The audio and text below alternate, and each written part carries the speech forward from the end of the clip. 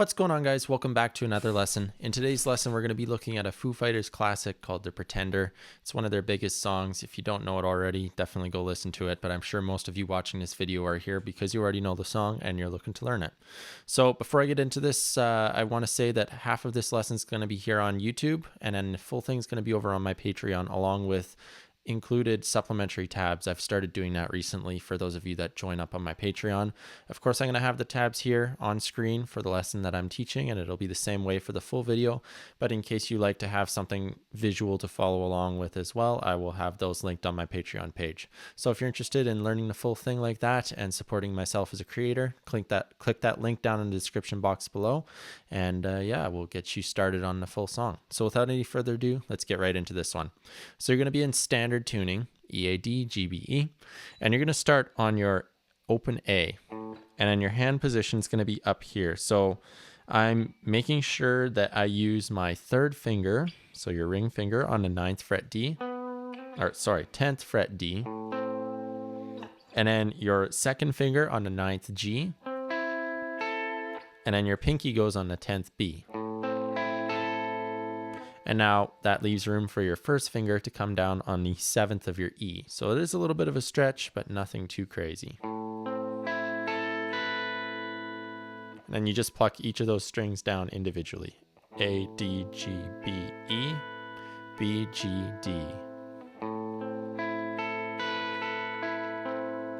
And now you keep your second, third, and fourth fingers locked. So anchor them in that position, and then your first finger is going to be the one moving around. So open A, and then 7th fret E. This is even more of a stretch. And so open A, 7 E, and then you're plucking your D and your G in between. So A, E, pluck. Now move that first finger up to 8th fret E, and then pluck the D and the G again. Open A, pluck D and G. And now your first finger is coming to your 9th fret A. So A, D, G, B. Now you're going to do a little half step bend, keeping that first finger on the 9th fret A. So a little. And you can bend up. You can bend up or down, pushing or pulling. So half step bend, then 9th on its own, then 8th fret A. And this is cool because you're incorporating the open E inside. So you're on 8th fret, and then you'll play D, G, B, E, B, G, D. So you're just going down all the strings and then back up. And then it repeats itself. Now in total, it does that 3 times for the intro. So you've got the first time initially, that's all you hear is the guitar. And then the next 2 times, Dave starts singing over top of that. Now the only difference between any of them is the third one. When you're going, you end on that 10th fret B rather than going down the strings and up the strings like we did before. So it'll just be.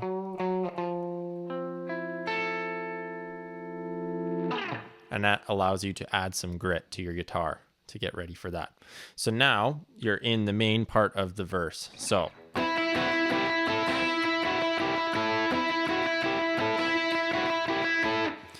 keep in mind with the Foo Fighters, there are 3 different guitar players. And so there are 3 different things happening at any given time here.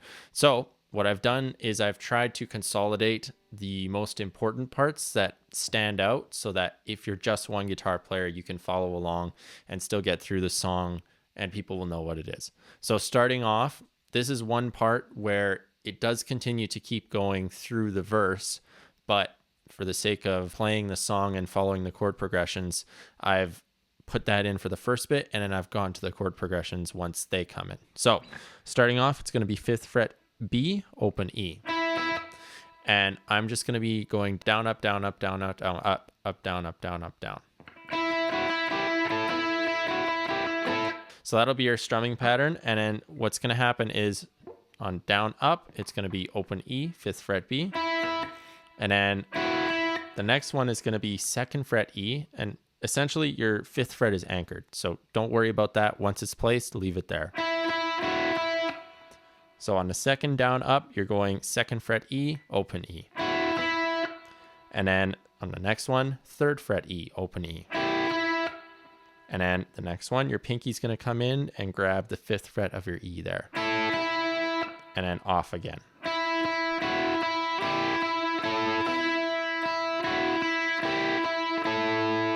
So off, 2nd, off, 3rd, off, 5th, off, off, 2nd, off, 3rd, off, 5th. And now when you speed it up,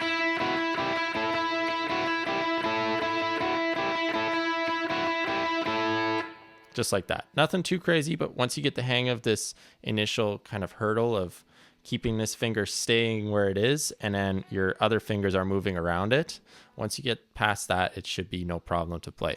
Now, the next part of the verse.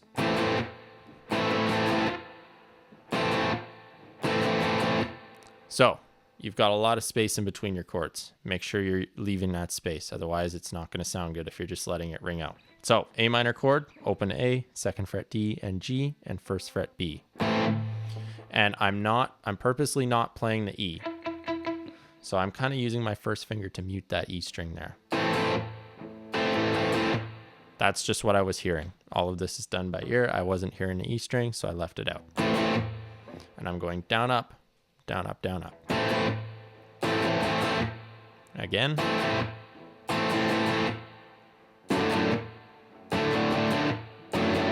Now here, you can do 2 different ways. So you can do thumb over the top is going to be a given. So thumb over the top on 2nd fret E, and then you can either do open A, open D, and then 2nd fret G, 3rd fret B. Or you can reach in with your pinky, like I've got it written. And you've got that extra F sharp added in there for that chord. So it's up to you. If it's easier to just do this, it works just the same. And then next chord. So the rhythms are the same there. Next chord. So here, thumb over the top again. It's going to be 1st fret E, 3rd fret A, 3rd fret D. Now, important, open G here. It's not a regular F chord that you're playing. So it'll be open G and then 1st fret B. And I imagine that's a little bit of Rush influence there. I noticed with some of these chords, it's a little bit Alex Lifeson-esque. So I really dig that. So you've got that F with the add G.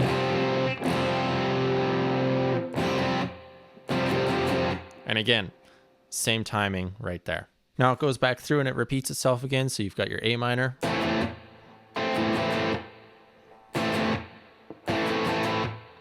That D, F, and now here's where it gets different. So instead of just going and leaving that space at the end, it'll be 2. So that on that second beat, you leave a rest, and then on the third, you're strumming the chord again.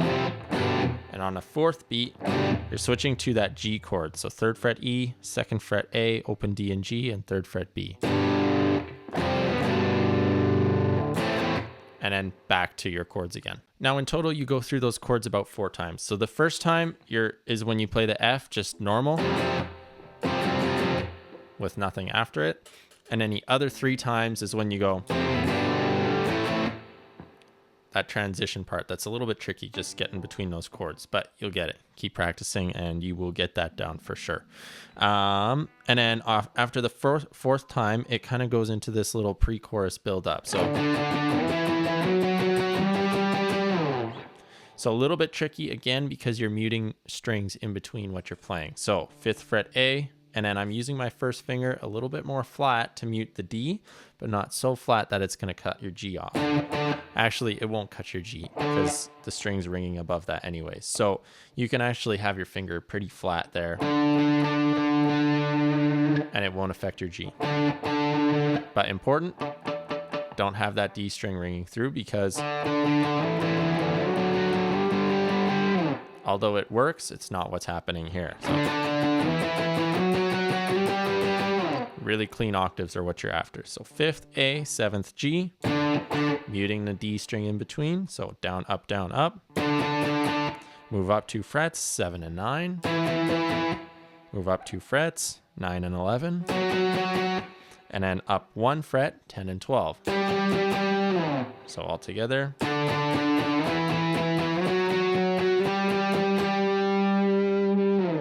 And then it goes into the chorus. So here in the chorus, it's not too difficult, but if you have too much distortion on, it can muddy pretty easily. But for the sake of just having one guitar, I'm showing like the chords that are being played.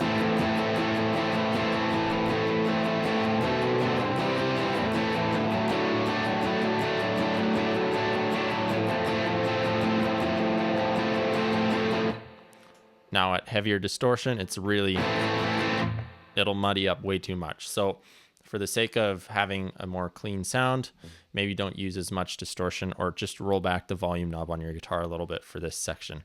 And that's it if you're singing along. If you're just having fun and you want that distortion, by all means, go for it. So first chord here is going to be an A minor, exactly like we were doing. So the only difference is you're going to be strumming down, up, down, up, down, up, down, up, down, up. You're just playing to the beat of the song, essentially.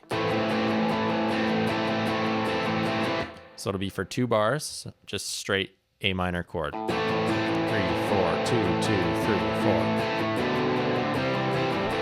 4. Now here's where it changes a little bit.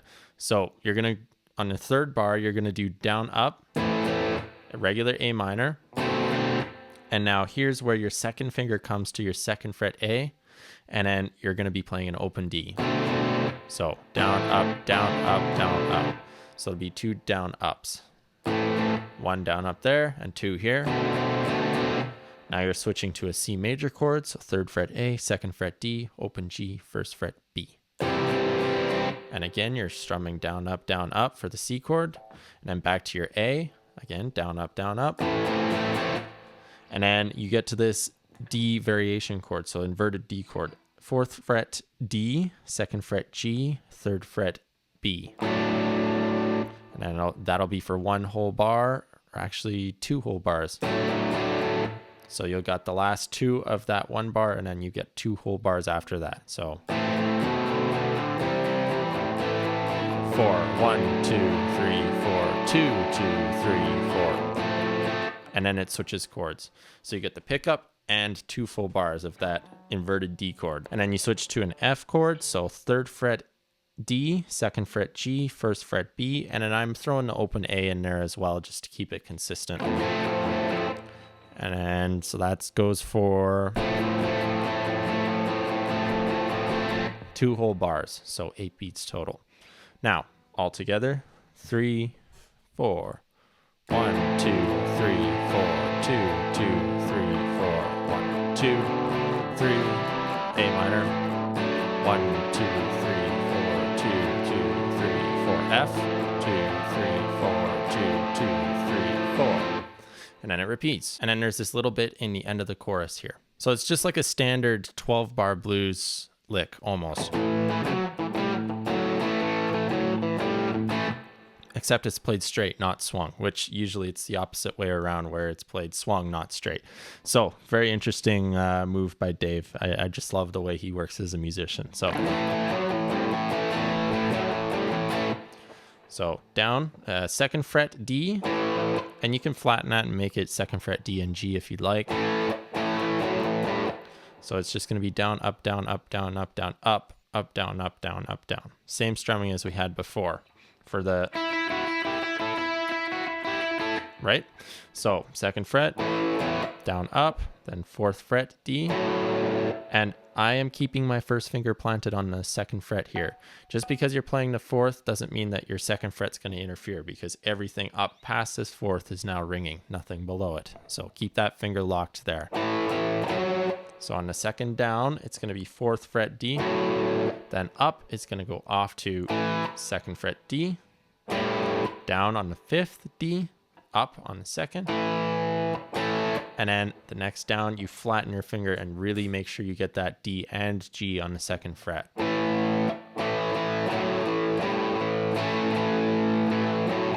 So on the down, you're getting the D and G in there. On the up, you're just getting the D and A. And then up on 2 and 0 again, then 4D on a down, 2, 5, 2, and then flatten D and G.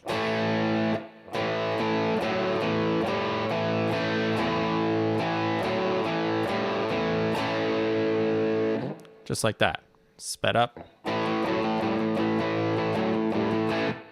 Then it goes back into another verse. So that's where I'm going to leave it here on YouTube for you guys. As I said in the beginning, the full lesson along with supplementary tabs to follow along are going to be available on my Patreon page. That'll be linked down in the description box below. So if you're interested in learning the rest of the song, feel free to check that link out, and your support is always appreciated over on Patreon. Even if you're just looking to support me as a creator, at least then you have the option with Patreon. If you've signed up and you're supporting me, you have the option to then go and learn a song if you'd like in full, or if something pops up that you happen to enjoy, it's there for you. So that's linked down below. If you guys are just sticking on YouTube, don't forget to like the video and drop a subscribe. I am trying to hit that 10,000 subscriber milestone soon here. So every little bit helps, and I appreciate you guys watching the video. So until the next one, keep on rocking.